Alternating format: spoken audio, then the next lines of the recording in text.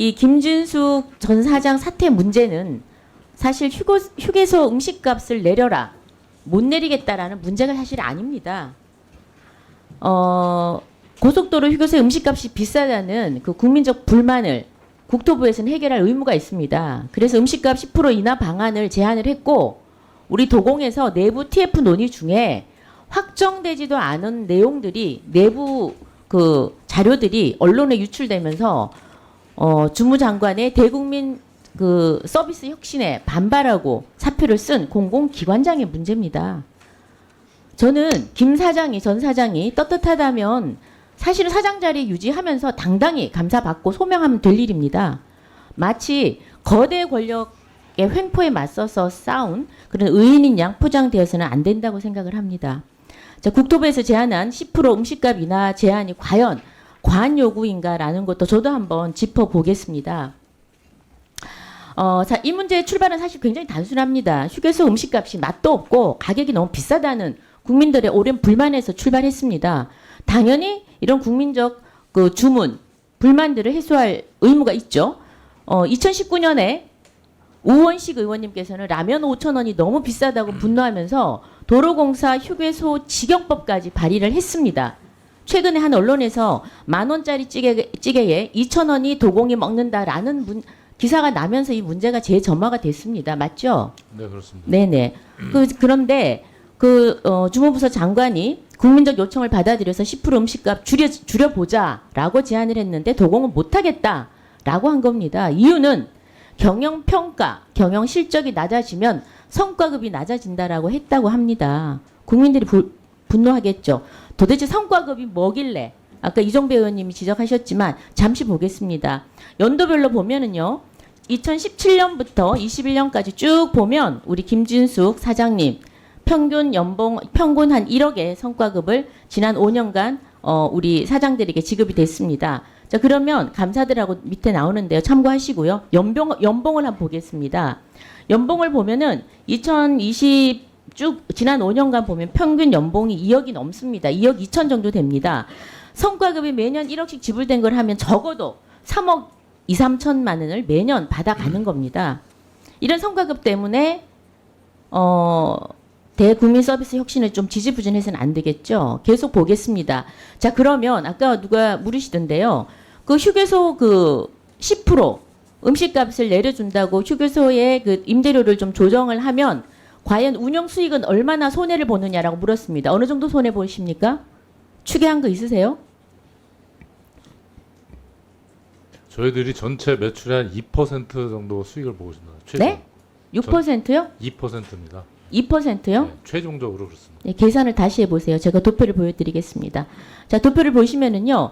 지난 코로나 기간을 일단 보겠습니다. 그 휴게소 매출액, 첫 번째 휴게소 매출액은 지난 3년간 31.3% 감소했습니다.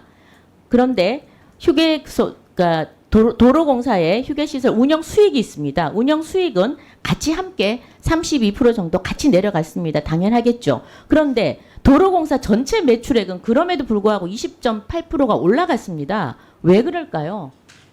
운영 수익이 차지하는 비율이 휴게소 운영 수익 비율이 전체 도로공사 그 매출액에 또는 영업이익에 아주 극히 일부분밖에 안 되기 때문입니다. 2021년 보겠습니다. 휴게소 운영 수익은 전체 수익의 1.1%밖에 되지 않습니다. 2022년 1.2%밖에 되지 않습니다. 그러니까 영향을 별로 미치지 않는 거예요. 예? 이 운영 수익이 좀 줄어든다고 해서 도계공의 전체 매출이나 영향을 별로 주지 않습니다. 따라서 경영 실적에도 영향을 주지 않죠. 다음 보겠습니다.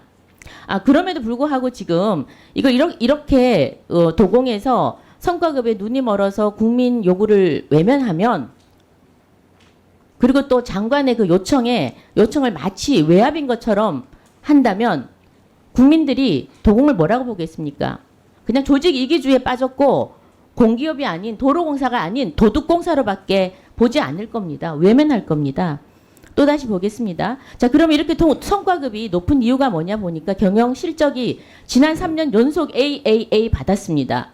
그럼 정말 실력이 좋아서 받았느냐? 그것도 아니에요. 코로나 기간 동안 항공이나 철도 시설 이용률이 굉장히 낮습니다. 도로 이용률이 상대적으로 높습니다. 그래서 인천공항공사의 매출액을 19년부터 21년까지 보면은요, 82%가 감소합니다. 코레일도 19년에서 21년까지 10% 감소합니다.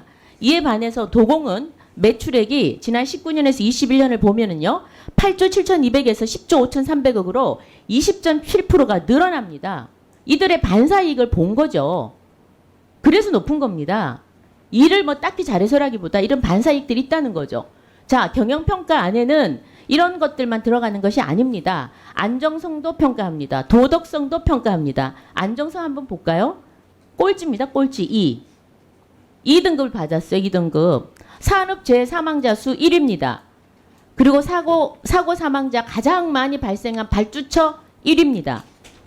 물론 우리 도공의 특성도 있겠지만 여하튼 산업재해가 1위라는 것은 부인을 못합니다. 연평균 최근 5년 동안 연평균 적어도 8명이 사망했습니다. 도덕성 D입니다. 뇌물수수, 골프접대, 향응 등등 윤리경영 엉망진창입니다. 17년부터 20년까지는 쭉 줄었어요. 21년부터 다시 더블로 늘어납니다. 그래서 둘 다 배점이 아주 엉망인 겁니다. D, 안정성 E, 도덕성 D 이럼에도 불구하고 경영성과는 A 받았어요. 기술이 있습니다.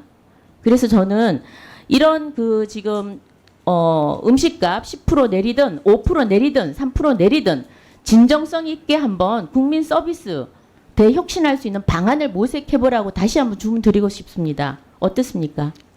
예, 방안을 찾아보겠습니다. 그렇게 대답을 하시는 게 아마 그래서 방안이 없다면 어쩔 수가 없습니다. 꼭 해주십시오. 네, 알겠습니다. 이상 마치겠습니다.